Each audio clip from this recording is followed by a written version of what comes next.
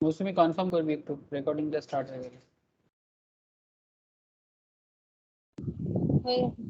Okay okay sir, good evening to all of you again. अच्छा, तो basically mutual fund class है और mutual fund में हम लोग ऑलमोस्ट धीरे धीरे कंप्लीशन स्टेज में पहुंच रहे हैं। तो लास्ट वीक मैंने आप लोगों के साथ म्यूचुअल फंड में डिस्कशंस किया था रिटर्न कैलकुलेट करने के बारे में। आज भी रिटर्न के बारे में बताऊंगा, बट आज थोड़ा सा अलग रिटर्न कैलकुलेशन सिखाऊंगा। जैसे जब आप लोग म्यूचुअल फंड इंडस्ट्री में काम करोगे, से फॉर एग्जांपल आप एनआईएसएम तो देना ही है आप लोगों को, फिर बाद में जाके अलग अलग asset management companies like there are lots of ICICI AMC, HDFC AMC, SBI AMC, Kotak AMC, there are lots of AMC in our country, 40-45 big AMC companies. अब जब आप वहां पर काम करोगे तो आपको ये सब कैलकुलेशन करना आना चाहिए, ठीक है, और कैलकुलेशन समझना आना चाहिए।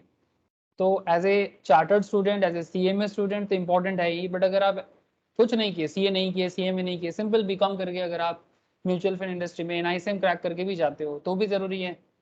अच्छा, खुद का इन्वेस्टमेंट है, आप खुद म्यूचुअल फंड में इन्वेस्ट कर रहे हो, आपके लिए तो और जरूरी है, ठीक है, सिर्फ जॉब वाले के लिए नहीं। जो एनालिस्ट बन रहे हैं जो कंपनी में, वो उनको तो चाहिए ही नॉलेज, बट जो खुद का इन्वेस्टमेंट कर रहा है उसे भी तो पता होना चाहिए रिटर्न कैसे कैलकुलेट होता है। तो सर म्यूचुअल फंड में हम लोगों ने लास्ट वीक आपको बहुत ही इंपॉर्टेंट 3 रिटर्न के बारे में बताया था कि आप गलत फहमी में ना रहे कि जब रिटर्न कैलकुलेशन का मैटर होता है तो उसमें एक एब्सोल्यूट रिटर्न, एक सीएजीआर रिटर्न है ना, 1 ईयर के अंदर होता है एब्सोल्यूट, 1 ईयर से ज्यादा हो तो सीएजीआर। और जब एसआईपी रिटर्न का मैटर आता है, सिस्टमेटिक इन्वेस्टमेंट प्लानिंग में जैसे इन्वेस्टमेंट होता है आज के डेट में बहुत पॉपुलर है, उसमें आपको एक्स आई आर आर मतलब extended internal rate of return, जो सीएजीआर का एक मॉडिफाइड वर्जन है और एक्सेल सीट के थ्रू से आप उसको बना सकते हो।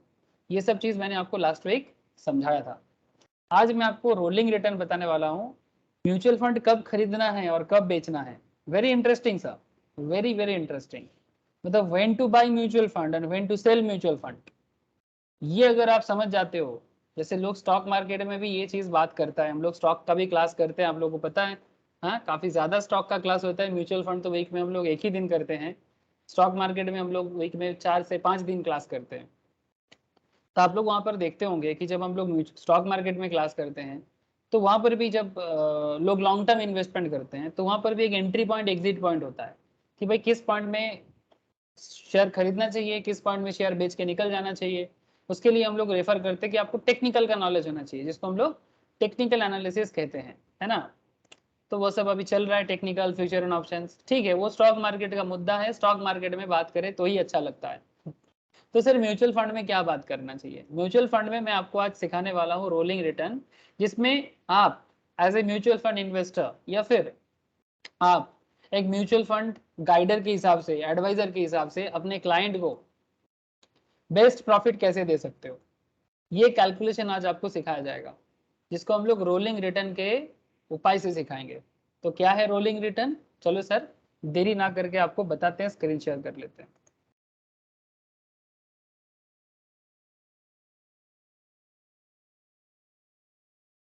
क्या स्क्रीन शेयर है, जस्ट इतना मुझे बताइएगा।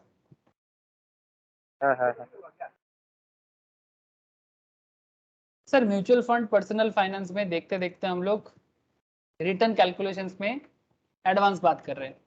तो जैसे लास्ट वीक तो आपको मैंने सीएजीआर, एब्सोल्यूट ये सब सिखा दिया था, तो आज मैं आपको पॉइंट टू पॉइंट रिटर्न और रोलिंग रिटर्न, 2 रिटर्न सिखाऊंगा। क्या रिटर्न है sir, point to point return and rolling return. Don't worry sir, practical example के साथ बात करेंगे। सो कोई थ्योरेटिकल चर्चा नहीं, एवरीथिंग प्रैक्टिकल, मतलब जैसे रियल लाइफ में होता है ठीक वैसा ही आपको यहाँ पर देखने को मिलेगा। So in our previous chapter give us a perspective, हम लोग इससे पहले वाला चैप्टर में रिटर्न कैलकुलेशन करना सीख गए थे, है ना। उसमें हम लोगों ने एब्सोल्यूट,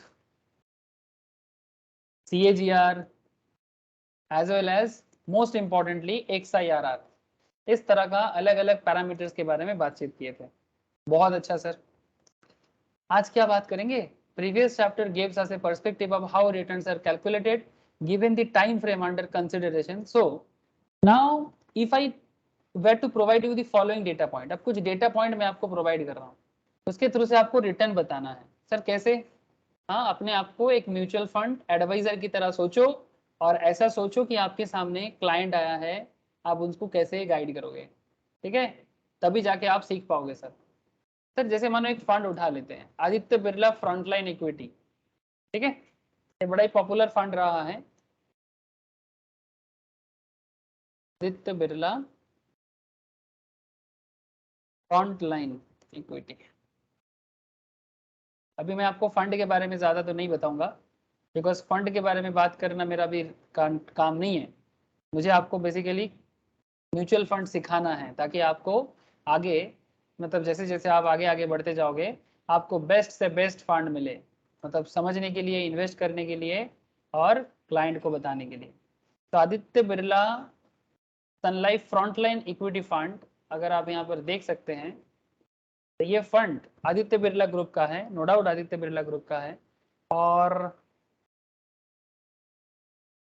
ये देखो सर, दिखाई दे रहा है, बहुत ही हाई रिस्क है, बट जब से ये बना है फंड, रिस्क जैसा है वैसा रिटर्न भी दे रहा है। दिखाई दे रहा है मौसमी? देखो, large cap categories of company में इन्वेस्ट करता है। ठीक है, ओपन एंडेड इक्विटी स्कीम है, predominantly investing in large cap stocks, मतलब निफ्टी 50 या सेंसेक्स 30 जैसे कंपनीज में इन्वेस्ट करता है। ठीक है, और जब से ये चालू हुआ है फंड, तब से ये कम से कम 19-20% के आसपास रिटर्न जनरेट करके दिया है। हेलो, दिखाई दिया कि नहीं? प्लीज टेल मी, सुमित, मौसमी, बोलो। ठीक है, ठीक है सर। अभी फंड तो बहुत सारा है। ठीक है, हाँ सुमित, आवाज कट रहा है।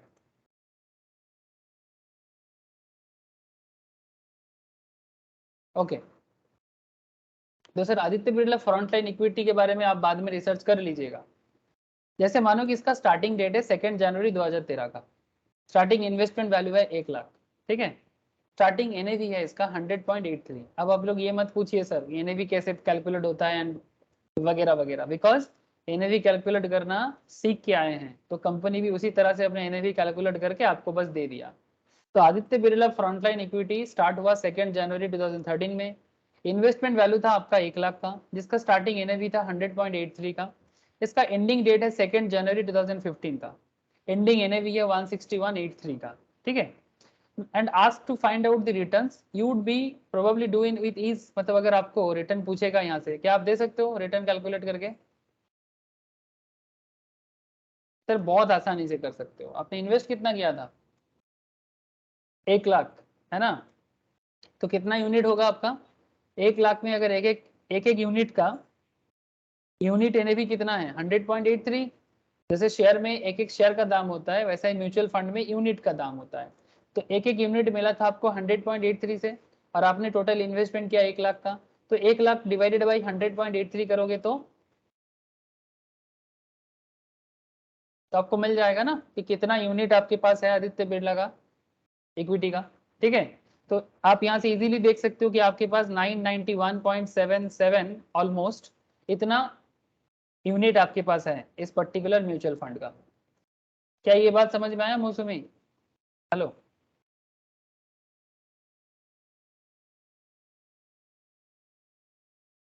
मौसमी को मेरा आवाज आ रहा है? अगर कनेक्ट हो रहा है तो बताइएगा हाँ ना।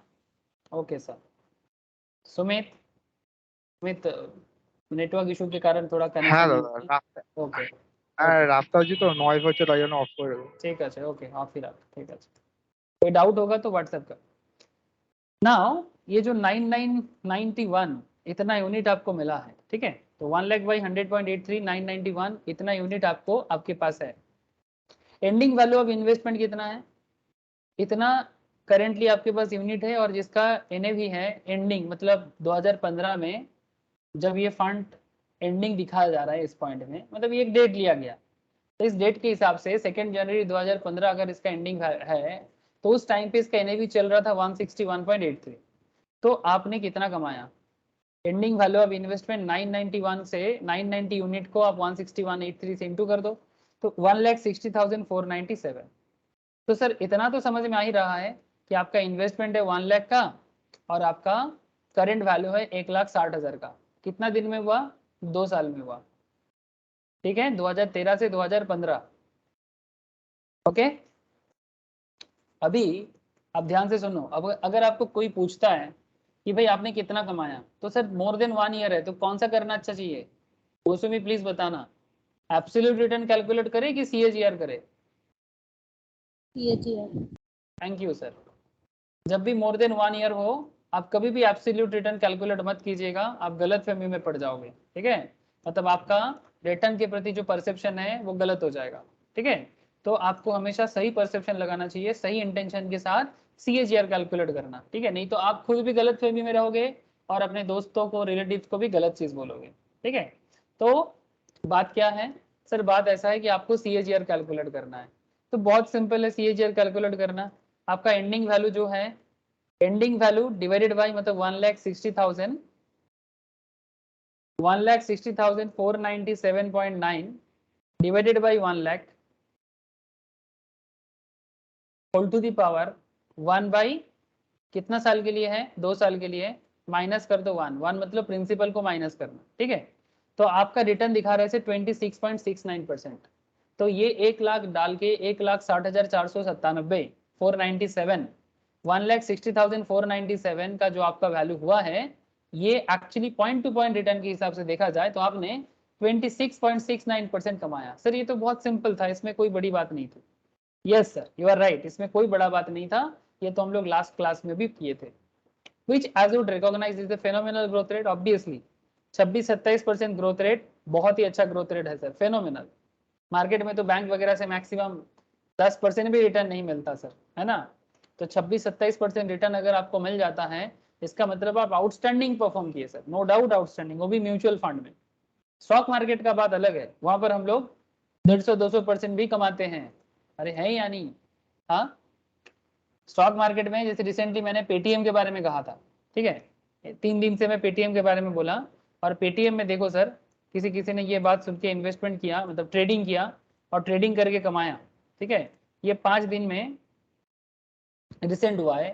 पेटीएम 550 में चल रहा था। ठीक है, ये देखो सर, ठीक है, 550 समथिंग में चल रहा था, और जैसे ही पेटीएम के ऊपर RBI का एक का केस चल रहा है, वो RBI केस हटाएगा, बस इतना बोला है, तो पेटीएम एकदम तगड़ा से उठ के 650 के आसपास पहुंच गया।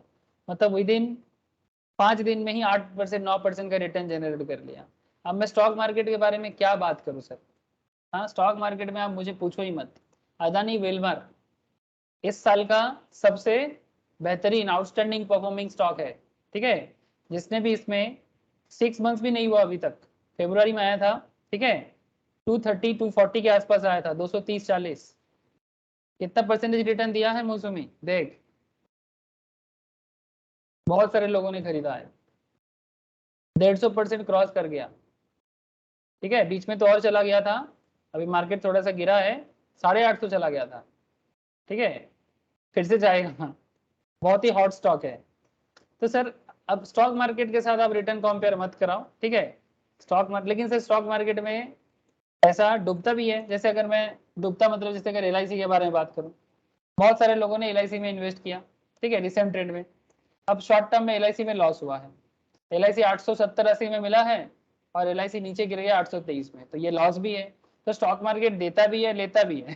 ठीक है, अब छोड़ो, मैं स्टॉक मार्केट से बाहर आ जाता हूँ। तो म्यूचुअल फंड में 26-27% से outstanding performance, which as would recognize as a phenomenon. Now let us say you are mighty impressed with our investment. आप खुद ही खुद के इन्वेस्टमेंट में काफी इंप्रेस हो गए, and you start to propagate the fund. A friend walks up to you and asks for the performance. एक दोस्त आपके पास आया और आपको पूछ रहा है कि भाई तुमने जो फंड में इन्वेस्टमेंट किया वो कैसा परफॉर्म किया, और आपने प्राउडली बताया 2 year growth rate is 26.69%. Your friend is impressed and decide to invest. क्या बोलते हो जब आप किसी को बोलते हो कि 26-27% रिटर्न है, तो क्या इंप्रेस होगा कि नहीं होगा वो? Please tell me. Mausami, impress होगा, यस और no? No doubt. Now I want you think about this for a moment. What do you think is the fundamental flaw here? इसमें कुछ फंडामेंटल गलती है क्या? Did you lie about your investment to your friend? क्या आप अपने दोस्तों को झूठ बोल रहे हो? नहीं, आप झूठ तो नहीं बोल रहे हो। Did you lie or mislead your friend by letting him know the returns you have enjoyed? नहीं, आप झूठ भी नहीं बोल रहे हो, मिसलीड भी नहीं कर रहे हो। Well then what you think is wrong here? तो फिर गलती क्या है यहाँ पर? हाँ सर, गलती क्या है? हाँ, इसको समझना पड़ेगा। The growth rate 26.69% is a massive generalization of 2-year growth rate. When you mention this return to your friend, would believe that this is a kind of performance even he is likely to enjoy. The 26.69% return is valid when the money is invested on 2nd January 2013 and measure its growth on 2nd January 2015. मतलब अगर किसी ने 2nd जनवरी 2013 से 2nd जनवरी 2015 तक investment करके रखा है, सिर्फ उसी को ये वाला रिटर्न एंजॉय करने का मौका मिला है. In other words, the growth rate is really only for the starting and ending points. 2nd January is the starting point 2013 का और 2nd January 2015 is the ending point. ये जो रिटर्न है ये बस पॉइंट टू पॉइंट रिटर्न है. क्या आप मेरा बात समझ पा रहे सर? हम लोग अभी पॉइंट टू पॉइंट रिटर्न पढ़ रहे हैं ना. हेलो, ये जो रिटर्न के बारे में मैंने बात कहा, ये actually point to point return का बात कर रहा हूँ कि किस पॉइंट में बाई हुआ था और किस पॉइंट में सेल हो रहा है. ठीक है ना? हेलो, इतना समझ में आया? तो अब बात क्या है? The growth rate is really only for the starting and ending points. It is right for these exact 2 dates. It is very personalized experience. ये बहुत पर्सनलाइज्ड एक्सपीरियंस है. मतलब 2nd जनवरी 2013 का जिसका परचेस है और 2nd जनवरी 2015 में जिसका सेल है, सिर्फ वही ये वाला एंजॉय कर पाया. हो सकता है किसी दूसरे बंदे ने ये वाला चीज एंजॉय नहीं कर पाया. सर ऐसा हो सकता है क्या? बिल्कुल हो सकता है. अब वही तो समझने लायक है सर. ठीक है, कि एक बंदा ने जो एंजॉय कर पाया 26.69, हो सकता है किसी दूसरे बंदे ने ये वाला एंजॉय नहीं कर पाएगा. तो दूसरा इंसान अगर ये एंजॉय नहीं कर पाता है तो फिर क्या फायदा?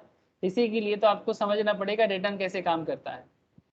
If I were to invest and measure the returns on any other dates, then the profits will be different. अगर आप कोई दूसरा डेट देखते, say for example 3rd January 2013 to 3rd January 2015, different result आ सकता था. हो सकता है ज्यादा आया, हो सकता है कम आया. ठीक है, तो ये point to point return concept है सर. आपको अभी मैं 2 मिनट में एग्जाम्पल के साथ कैलकुलेशन के साथ समझाता हूँ. So whenever you measure, जब जब आप रिटर्न मेजर करोगे, point to be noted again, whenever you measure returns or growth between 2 dates, the value you calculate is only valid for the 2 years under consideration. Hence, such a measurement of return is also called point-to-point return. To get an accurate representation of how the 2-year return growth looks, you need to calculate the rolling returns. Point to point में आपको सिर्फ 2 साल के अंदर ही आपको समझना पड़ा, लेकिन ये कैसे एक्यूरेट होगा, ये एक्यूरेसी 2 साल में एक्यूरेसी कैसे आ सकता है, वो पता चलता है पॉइंट टू पॉइंट में नहीं, वो पता चलता है रोलिंग रिटर्न्स पे. So let's try to understand rolling returns. अगर आप रोलिंग रिटर्न समझ जाओगे ना तो पॉइंट टू पॉइंट भी समझ जाओगे. ठीक है, जैसे आप देख सकते हैं यहाँ पर कैसे ये रोल होते होते आ रहा है. हेलो,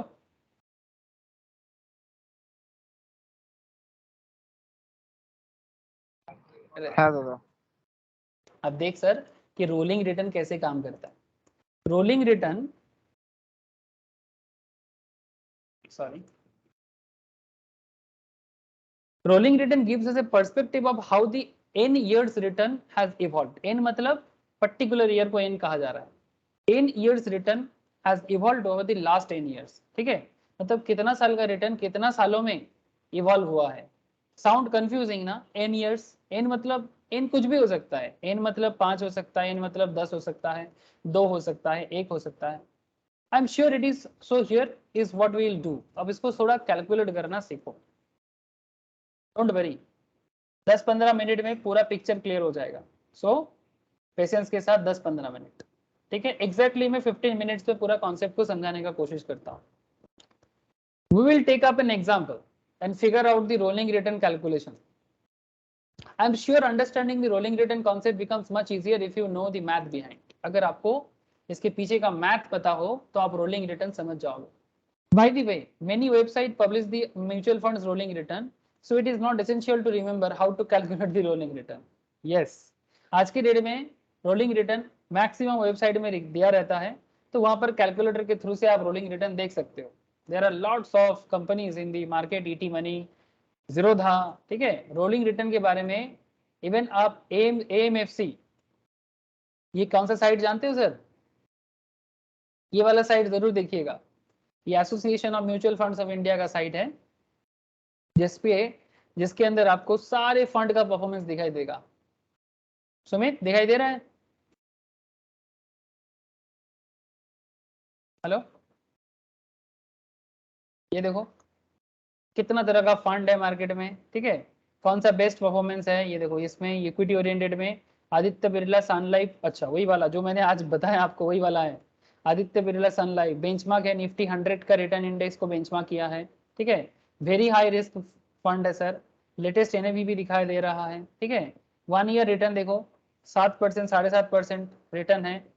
ऐसे तो आप लोगों को पता है ना कि डायरेक्ट में रिटर्न ज्यादा आता है और रेगुलर में थोड़ा सा कम आता है ना, बिकॉज वो भाया होके जाते हैं ना, इसीलिए। ठीक है सर, पर रिटर्न आने से मतलब है, ठीक है।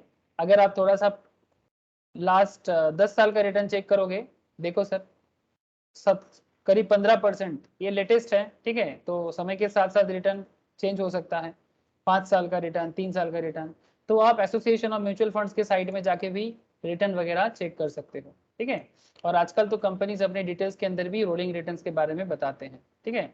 अगर आप एसोसिएशन ऑफ म्यूचुअल फंड के साइट में जाते हो ना, तो आपको बहुत सारा चीज देखने को मिलेगा कि एएमएफआई के बारे में, मतलब जो भारत में म्यूचुअल फंड के बारे में सारा काम देखता है, ठीक है, इन्वेस्टर करना, डिस्ट्रीब्यूटर करना, रिसर्च एंड इन्फॉर्मेशन, ठीक है।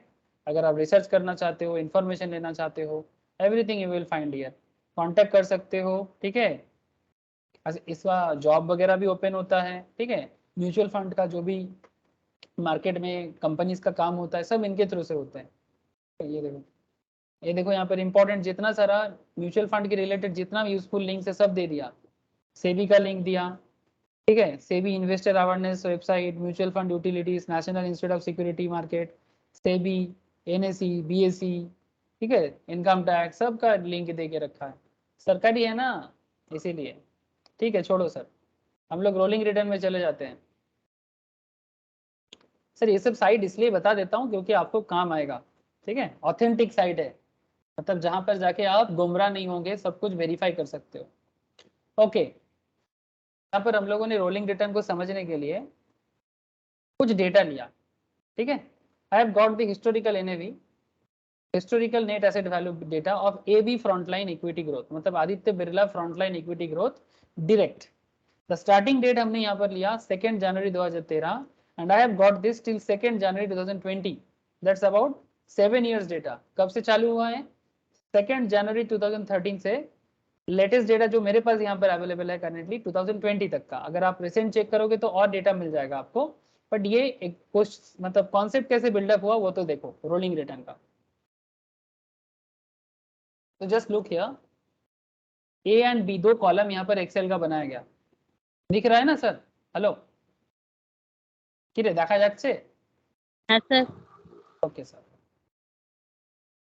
Look at this. 2 जनवरी 2013 को इसका एसेट का वैल्यू था, नेट एसेट वैल्यू था 100.83।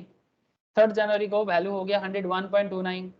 इस तरह से day by day day by day day by day company का हेर फेर हो रहा है। लेकिन देखा अगर आप देखोगे 24 जनवरी 2013 को इसका वैल्यू चेंज हो गया 100.77 हो गया, बिकॉज मार्केट फ्लक्चुएट करता है। कभी जैसे शेयर मार्केट में जिसका जिस शेयर में इसका इन्वेस्टमेंट है वो फ्लक्चुएट करेगा तो इसका एनएवी फ्लक्चुएट करेगा, ये सर नो? हेलो, जो शेयर में इसका इन्वेस्टमेंट है, ये जो पर्टिकुलर फंड बता रहा हूं मैं आपको, जहां जहां उसका शेयर रहेगा वो वहां वो अगर फ्लक्चुएट करेगा तो ये फंड भी फ्लक्चुएट करेगा, है ना। तो देखो एनएवी बीच बीच में चेंज भी हो रहा है, तो अगर एनएवी चेंज हो रहा है तो इसके हिसाब से आपका कैलकुलेशन भी चेंज हो जाएगा, मतलब रोलिंग रिटर्न भी चेंज हो जाएगा। तो वेरी इंटरेस्टिंग सा। तो इस तरह से अप टू 20 ईयर्स तक, मतलब जब मैं 2020 में लेटेस्ट डेटा देख रहा हूँ, अच्छा ये सभी एनएवी जो है, एक सेकेंड, ये जितना एनएवी है ये पूरा जनवरी का ही पूरा डेटा है, ठीक है। ये जो डेटा पॉइंट, इसका जो डेटा पॉइंट है ये 1 जनवरी से लेके 2 जनवरी से लेके पूरा, जस्ट सेकेंड, 7 फरवरी 2013 तक का डेटा यहाँ पर है, जिसमें एनएवी बार बार बदल गया है, ठीक है। 100.83 से स्टार्ट होकर 99.89 में चेंज हुआ है। तो ये क्यों हुआ है? Because market up and down के कारण। Now my objective here is to find out the 2 year rolling return. अभी हम लोग यहाँ से 2 साल का रोलिंग रिटर्न फाइंड आउट करेंगे for this fund. To do this हम स्टार्ट करेंगे 2015 से। I take the NAV of 2nd January 2015 and the NAV 2 years ago, that is 2nd January 2013। मतलब 2nd Jan 2015 में खड़े होके पिछले 2 साल में कितना रिटर्न हुआ है इस डेट के अंदर ये देखना है, and calculate the return between these 2 data points। Next I move to the day by 1 day। अब उसके बाद हम लोग और एक डेट आगे आएंगे, मतलब 3rd जनवरी 2015 से 3rd जनवरी 2013, मतलब 3rd जनवरी मतलब 2nd जनवरी के बाद 3rd जनवरी में जाएंगे 2015 से लेके 13 से लेके 15, मतलब 15 में खड़े होके 13 से 15 का रिटर्न देखेंगे। इस तरह से चलते जाएंगे। Take the NAV for this 2 dates and calculate the return between this dates. Again 4 जनवरी 2015 और 13 के बीच में कैलकुलेट करेंगे। क्या आपको बात समझ में आ रहा है? खेल जो चल रहा है 2nd जैन पहले स्टार्ट करेंगे, 2nd जैन 15 में खड़े होके 2nd जैन 13 का, 2nd जैन 13 से लेके 15, फिर करेंगे 3rd जैन 13 से लेके 3rd जैन 15, उस तरह से 4th जैन 13 से लेके 4th जैन 15, इस तरह से रोल करते जाएंगे एक एक डेट वाइज। क्या आपको मेरा बात समझ में आ रहा है? हल्का हल्का तो आना चाहिए, अब पूरा आ जाएगा। देखो अब अगर एक एक डेट वाइज हम लोग रिटर्न कैलकुलेट करते जाए such that I have time series of 2 year return, let us calculate the first rolling return. ध्यान से सुनना, डेटा पॉइंट को कैसे यूज किया जाता है। स्टैटिस्टिक्स है ये सब, स्टैटिस्टिक्स एंड मैथमेटिक्स है, ठीक है? तो ध्यान से देखो कैसे यूज होता है, डेटा एनालिसिस भी कहा जाता है। 2nd जनवरी 2013 एनएवी कितना है? 100.83, you already know. 2nd January 2015 NAV कितना है? 161.83, ये भी हमें पहले ही पता है, हम लोग क्वेश्चन के स्टार्टिंग में ही देखा था। तो इसका हम लोगों ने कैलकुलेट करके देखा था CAGR 26.69। क्या ये डेटा हम लोग पहले देख चुके हैं sir? 26.69। Mausumi, Sumit, please tell मी।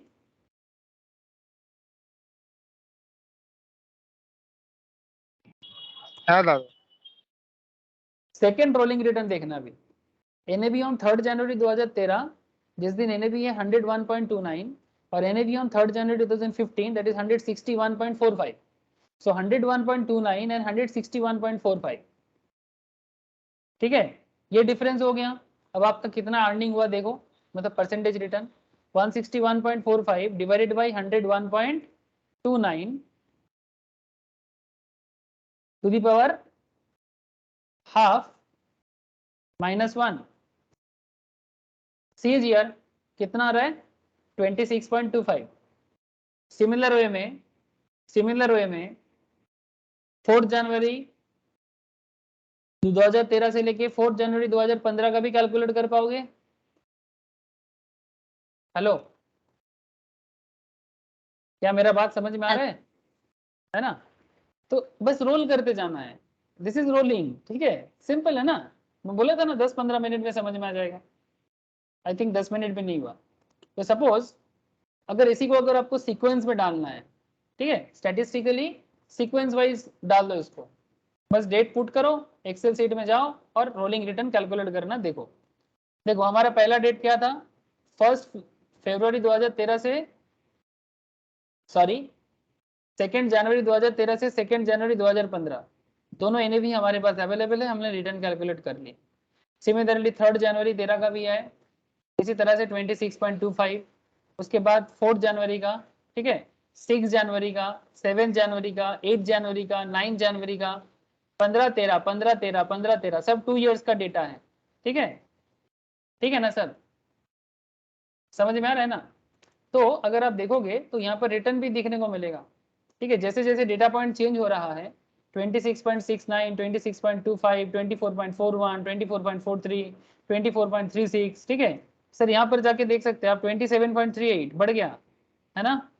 अगर आप ये वाला पॉइंट देखो, अगर किसी ने 24 जनवरी 2013 को परचेज किया था और 27 जनवरी 2015 को सेल किया है, डेटा दोनों डेटा पॉइंट में अगर आप देखोगे, ठीक है, तो 30.49% का रिटर्न है, ठीक है?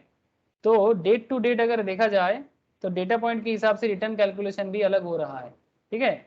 अब ये मैन टू मैन वेरी कर रहा है, लकी और अनलकी पर्सन के ऊपर में।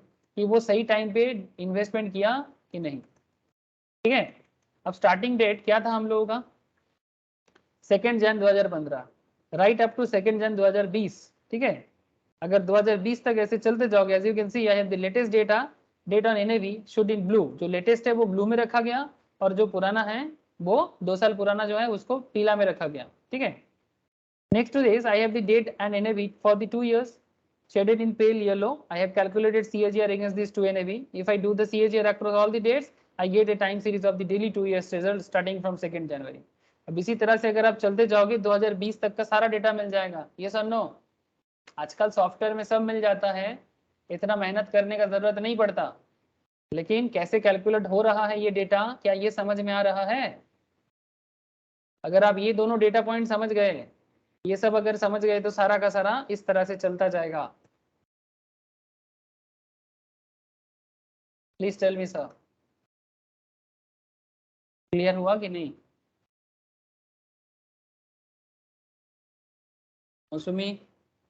सुमित प्लीज बोलो sir. Okay sir, so before we proceed let us look at this statement about rolling return again. Rolling return gives us a perspective of how the n years मतलब कितना साल return growth has evolved over the last 10 years, मतलब last 10 सालों में, last 5 सालों में। ठीक है, किस तरह से इसका इवॉल्विंग हुआ है, मतलब एक एक डेट के हिसाब से आपको पता चल जाएगा कि कब कौन फंड कितना ग्रोथ दिया है और कब कितना डाउन गया है। इवॉल्व का मतलब क्या होता है?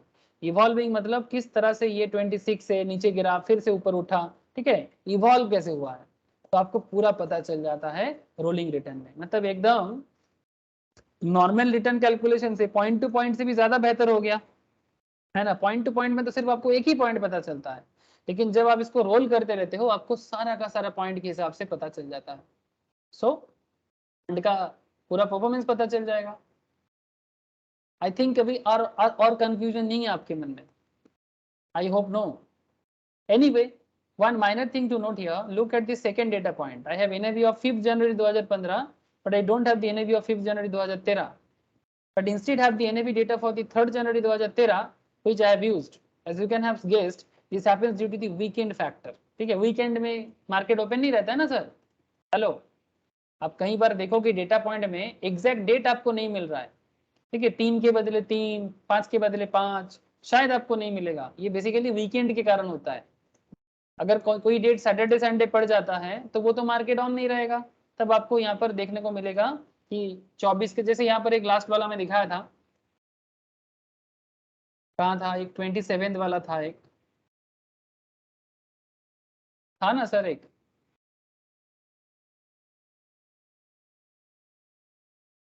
ये देखो 24 जनवरी 2013, 17 जनवरी 2015, डेट मैच नहीं किया ना। ठीक है, रीजन क्या हो सकता है? सैटरडे संडे बीच में गिर गया, इसीलिए आपको डेट पे चेंज दिखेगा।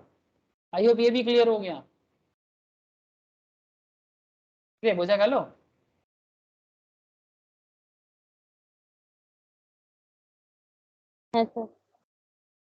सो आप डेट अगर थोड़ा इधर उधर है तो उसको आप इग्नोर कर सकते हो।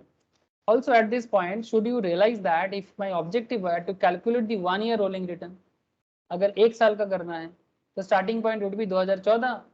ठीक है, if the objective is to estimate 3 year तो starting from 2016 है ना। एक साल का करना है क्योंकि फंड स्टार्ट कब से हुआ है? जनवरी से हुआ है, सॉरी 2013, जनवरी 2013 से फंड स्टार्ट हुआ है। तो 14 में बैठ के करना है तो 14 से स्टार्ट करोगे तो 1 साल का मिलेगा। 3 साल का करना है तो 16 से स्टार्ट करो। 20 साल से करना है, मतलब अगर 10 साल का करना है तो उस हिसाब से करो। 7 साल का करना है तो 20 से स्टार्ट करो। ठीक है, तो जैसे जैसे स्टार्ट करोगे उतना साल का आपको डेटा मिलेगा।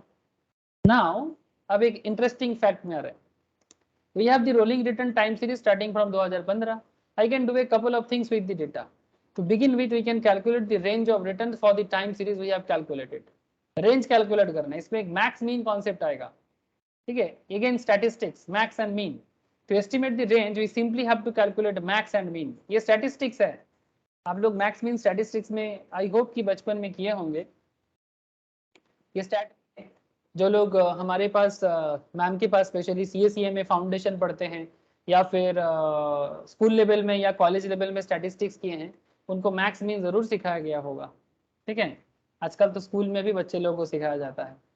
तो सर आप एक चीज देखो, यहाँ पर कुछ डेटा पॉइंट है जिसमें हाईएस्ट मैक्सिमम डेटा पॉइंट्स, मतलब जब जब आपको रिटर्न मैक्सिमम मिला है, जैसे कि 13 अगस्त 2013 से लेके 13 अगस्त 2015। अगर मैं यहाँ पर ये वाला डेट लूँ 19 अगस्त 2013 से लेके 19 अगस्त 2015, इसमें कंपनी सबसे हाईएस्ट रिटर्न जनरेट किया। मतलब जिसने म्यूचुअल फंड को, आदित्य बिरला फंड को 19 अगस्त को परचेस किया था 2013 में और 19 अगस्त 2015 में सेल किया, वो सबसे ज्यादा प्रॉफिट जनरेट कर पाया 37.76। ठीक है, अब मिनिमम भी देख लो सर, अगर किसी ने 19 सितंबर 2017 में परचेस किया और 19 सितंबर 2019 में परचेस सेल कर दिया, उसने नेगेटिव हो गया ऑलमोस्ट -1%। दिखाई दे रहा है सर, ये मिनिमम है, मतलब ये अनलकी पर्सन है। अब अनलकी बोलो या मार्केट नॉलेज नहीं है, जो भी बोलो, और ये लकी पर्सन है। इसने भी 2 साल का रिटर्न जनरेट किया, इसने भी 2 साल का रिटर्न जनरेट किया, बट ये 37% प्रॉफिट जनरेट किया और ये 1% में लॉस खा गया। मतलब बेसिकली 2 साल वेट करके पैसा नहीं बना पाए, ऊपर से 1% लॉस। क्या कुछ बात समझ में आया? Hello sir, any doubt please ask. मौसमी बोल, समझ में आया? सुमित? हाँ सर। तो क्या मतलब निकल के आया? Assume 2 people invested in AB Frontline, मतलब Aditya Birla frontline equity fund. Lucky person invest 19th August 2013 and pulled out his investment on 19th August 2015. This person make 37.76. Unlucky fellow has invested for 2 years, but he invested for 19 September 2017 and stayed invested till 19 September 2019. Unfortunately, this person lost money. This point that I am trying to make is that no two year return are the same. 2 साल का return, दो मतलब दो 2 साल का return same नहीं है, ठीक है? नो 2 ईयर्स रिटर्न, ठीक है? दोनों ही 2 साल दिखाते हैं, बट बीच का 2 साल अलग है। The return change depending on when you choose to invest and when you decide to pull out. कब आप इन्वेस्ट कर रहे हो और कब आप इन्वेस्टमेंट से निकल रहे हो, मतलब आपका मार्केट सेंस क्या बता रहा है। आज मैं स्टॉक मार्केट क्लास में ही एक बता रहा था उस दिन किसी को, आपको भी दिखा देता हूँ। सुमित है क्या लाइन में? सुमित को अगर दिखाऊं, जैसे एक स्टॉक है अदानी टोटल गैस, देख ले ये मौसमी, ये स्टॉक को लेके लास्ट ईयर बहुत हलचल मचा था, जानता है? मैं दिखाता हूँ, 1 साल का डेटा दिखाने से समझ में आएगा। ये स्टॉक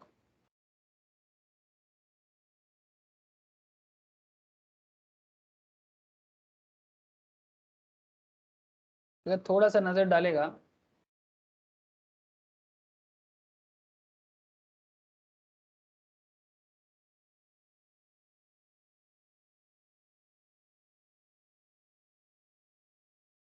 अदानी टोटल गैस, ये स्टॉक चल रहा था ऑलमोस्ट 1700 1800 के आसपास, ठीक है? फिर यहाँ पर डेटा थोड़ा कुछ गड़बड़ दिख रहा है, ये नीचे गिर के 700 750 में चला गया था,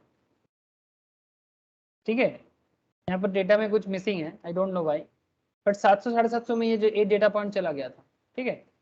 उसके बाद उस टाइम पे ये करीब 3-4 महीने के लिए नीचे चला जा रहा था लगातार।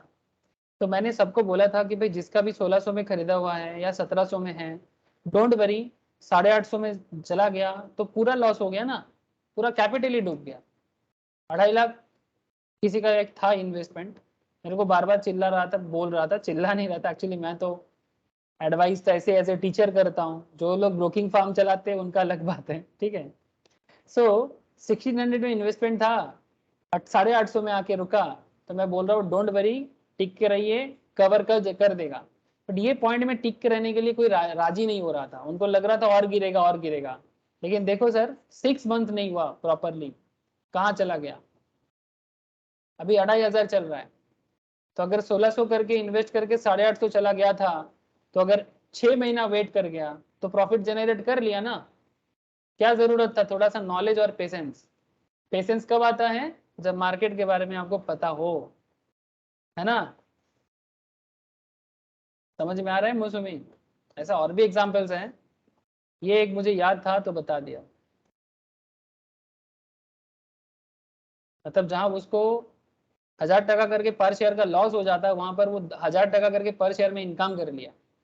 ये सर नो, बताओ। जिसने टिक गया, और जो टिका नहीं वो लॉस खा के निकला। तो आप कब बाई कर रहे हो और कब सेल कर रहे हो, ये बहुत इंपॉर्टेंट मैटर है, चाहे वो स्टॉक मार्केट हो चाहे वो म्यूचुअल फंड हो। बात समझ आया? ये सर नो? हाँ सर। ये देखो सर, यहाँ पर 2 ईयर रोलिंग रिटर्न अलग अलग बार दिखाया गया है, ठीक है।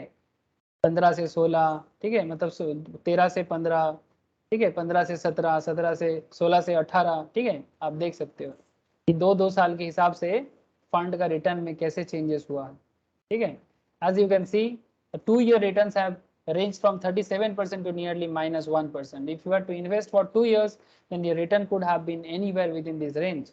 मतलब आप -1% रिटर्न भी कमा सकते हो और 37% भी कमा सकते हो, बट डिपेंड ये करता है कि आप एंटर कब किए थे फंड में।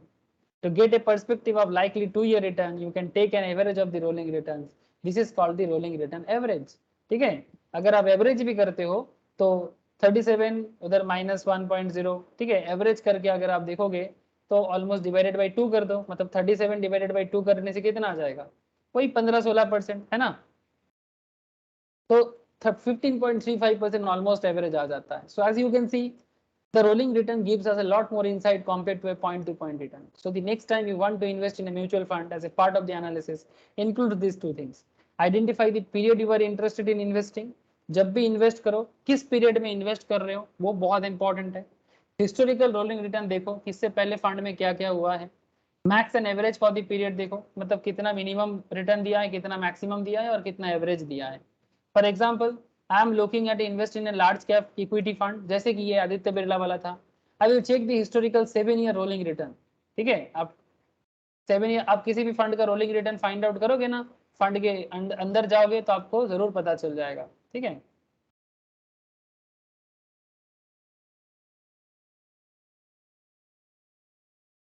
आजकल अवेलेबल होता है सर, अगर आप यहाँ पर जाके किसी भी फंड को निकालो, ठीक है।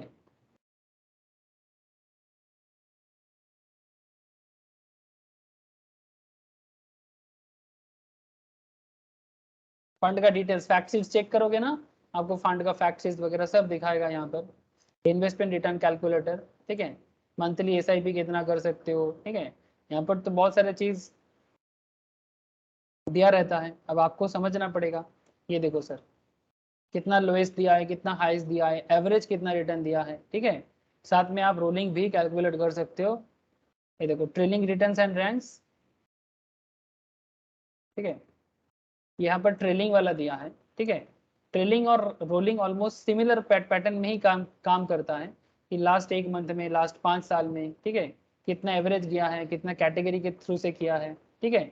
अब नेक्स्ट क्लास में ना मैं आपको एक रियल लाइफ एग्जाम्पल के साथ दिखा दूंगा कि किस तरह से रोलिंग रिटर्न, ट्रेलिंग रिटर्न दोनों काम करता है, ठीक है। रोलिंग हो ट्रेलिंग हो दोनों आपको मिलेगा, तो ये सब डेटा आप जब भी चेक करोगे ना, आपको पता चलेगा कि किस तरह से फंड एक्चुअली परफॉर्म कर रहा है, मतलब ये चेक करना है। जैसे मैंने आपको यहाँ पर आदित्य बिरला से बताया, ऐसा आप किसी भी फंड को चेक कर सकते हो। तो कम से कम 7 साल का रोलिंग रिटर्न देखो। By doing so I will get A perspective of historical return range plus it's average. In my opinion, this is a much better than looking at a point-to-point return. By the way, I've used 2 years rolling return as an example. If you were looking for investing in equity funds, अगर आप equity fund के लिए देखते हो large cap छोड़ के, तो 5 साल का रिटर्न देखो, ठीक है। 5 साल का रोलिंग रिटर्न देखो तो आपके लिए बेहतर होगा, ठीक है। यहाँ पर एक कॉन्सेप्ट है rolling versus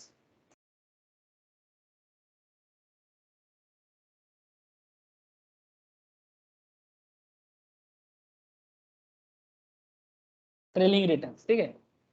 With rolling returns 3 years, 5 years और 10 years blocks can be used as different intervals, ठीक है। Unlike trailing returns which calculate point to point return, trailing return measures the return as different points of time. तो trailing मतलब basically point to points, ठीक है। और जब आप point to point return check करोगे वो ट्रेलिंग है, और जब आप रोलिंग करोगे तो वो 3 साल, 5 साल, 10 साल में ब्लॉक वाइज जैसे आपको मैंने अभी सिखाया, समझ रहे सर? हाँ, मैंने आपको दोनों ही बता दिया। तो आप कोई भी फंड को चेक करोगे ना, जब भी आप किसी फंड को चेक करोगे तो आपको दोनों चीज दिखाई देगा, ठीक है। यहाँ पर जैसे ट्रेलिंग तो मुझे दिख रहा है, लेकिन रोलिंग मुझे यहाँ पर नहीं मिल रहा है। अगर मिलेगा तो बाद में मैं आपको शेयर कर देता हूँ, ठीक है। जैसे फैक्ट शीट चेक करना पड़ता है, तो अगर चेक करोगे तो आपको दोनों चीज दिखाई देगा। ट्रेलिंग मतलब पॉइंट टू पॉइंट, रोलिंग मतलब जैसे ब्लॉक बना के आपको मैंने दिखाया, 2-2 साल का, 3-3 साल का, जैसे आप चाहोगे, ठीक है। कैसे कैलकुलेट करना है मैंने आपको दिखाया, बट आज के डेट में इतना झमेला नहीं करना पड़ता है।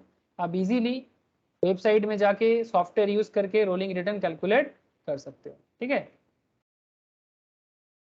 जब भी फंड चेक करोगे ना, वो रोलिंग रिटर्न कैलकुलेट करने का मशीन, मतलब बेसिकली सॉफ्टवेयर होते हैं।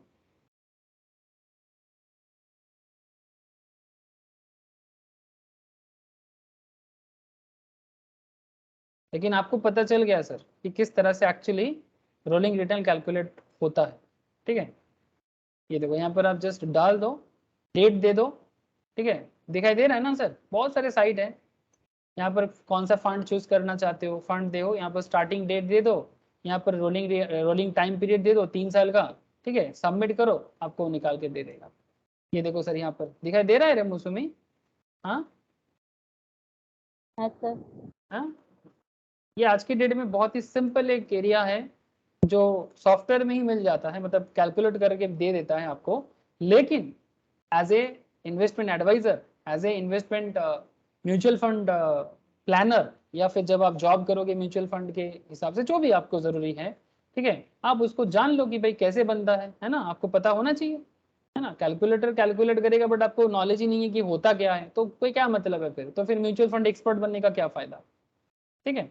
तो वो भी मैंने इसलिए आपको बता दिया कि आप किस तरह से कैलकुलेट कर सकते, ठीक है सर। नेक्स्ट चैप्टर में मैं आपको, आज मैं आपको रिटर्न के रिलेटेड मैक्सिमम चीज बता दिया। In our next chapter we will discuss about mutual fund expense ratio, direct plan, regular plan. ऐसे इसका एक बार हो गया था, फिर भी एक बार बता दूंगा। और फिर मैं आपको म्यूचुअल फंड बेंचमार्किंग बताऊंगा, ये भी बहुत इंटरेस्टिंग एक कॉन्सेप्ट है, ठीक है। बेंचमार्किंग, ठीक है। जैसे यहाँ पर आप देख सकते हो, देख रहे हैं बेंचमार्क? हेलो, ठीक है। जैसे यहाँ पर मैंने दिया ना बेंचमार्क, तो कैसे बेंचमार्क होता है, बेंचमार्क का क्या तरीका होता है, ठीक है, वो सिखाऊंगा, ठीक है। तो धीरे धीरे इतना मैं बोल सकता हूँ सर, अगर आप लोग रेगुलर क्लास सुनते हो, ठीक है, अगर आप लोग रेगुलर क्लास मेंटेन करते हो और साथ में जब क्लास हो जाता है रिविजन्स भी सुन लेते हो, या फिर जो नोट्स है उसको अगर आप रिवाइज करते हो, जो भी है, अगर आप ये सब करते रहोगे तो अपने आप को अपडेट करते रहो ना, और जब आप इंटरव्यू में जाओगे तो फिर एटलीस्ट आप कनेक्टेड रहोगे। मैं इतना गारंटी के साथ बोल सकता हूँ कि अगर आप ठीक ठाक से सुनते हो क्लास, उसको अगर रेगुलर बेसिस में करंट मार्केट के साथ अपडेट होते हो, तो इंटरव्यू में भी आप अपना परफॉर्मेंस बेहतरीन दे सकते हो। कोई बोलेगा नहीं कि आप फ्रेशर्स हो। बाकी मार्केट में काम करते करते जो मार्केट नॉलेज है वो गैदर कर लोगे। अब गारंटी दे सकता हूँ सर, गारंटी इसीलिए बोल रहा हूँ गारंटी, बिकॉज नॉलेज का कोई सब्सटीट्यूट नहीं होता, और नॉलेज जिनके पास है उनको कोई नहीं रोक सकता, कोई नहीं। ये तो लिख के रख लो, सर बोला है कभी, ठीक है। अगर आप नॉलेज के साथ, डिग्री तो मिल ही जाएगा आपको, है ना, एनआईएसएम तो क्रैक कर ही लोगे, ग्रेजुएट तो आप लोग हो ही जा रहे हो आज के डेट में, सीए कर रहे हो तो करते रहो, इंटर भी पास कर जाते हो तो भी बहुत अच्छा। फाइनल के बाद तो मैं और कुछ बोलूंगा ही नहीं, ठीक है, वो तो अपने आप को वो कहाँ से कहाँ पहुंचा देगा आप लोगों को। तो जस्ट पढ़ते रहिए, नॉलेज लेते जाइए, ठीक है सर। तो फिर आज इतना ही है, नेक्स्ट क्लास दूसरे किसी टॉपिक के साथ म्यूचुअल फंड में मिलते हैं। और जिन लोगों का स्टॉक मार्केट क्लास है मैं बता देता हूँ, जैसे आज सुबह क्लास था technical, sorry, future and options का, वो क्लास कल सुबह सुमित को बता देता हूँ, सुमित अभी है एफएनओ में, कल सुबह 9:30 बजे एफएनओ का क्लास होगा, ठीक है, 9 से 9:30 के बीच में, ठीक है, ओके। হ্যালো। हाँ सुमित बोल। হ্যাঁ, বলছি যে আমার একটু রাস্তায় নেটওয়ার্কটা ফ্ল্যাকচুয়েট হয়ে গেছিল, ওই 5-10 মিনিট আমি একটু শুনতে পারিনি। নেট একটু शेयर शेयर আপলোড ठीक করে है सर, ठीक है दिए दो। ঠিক আছে, ঠিক আছে দাদা। আর বলছি কোশ্চেনগুলো তুমি কোশ্চেনগুলো একটু রেডি করে সেন্ড अच्छा করে দিও पाठिए তো। दो, ठीक है पाठिए दो। আচ্ছা ঠিক আছে দাদা, রাখলাম ठीक তাহলে। है, okay Tata, good night. Good night. मौसमी। টাটা তাহলে।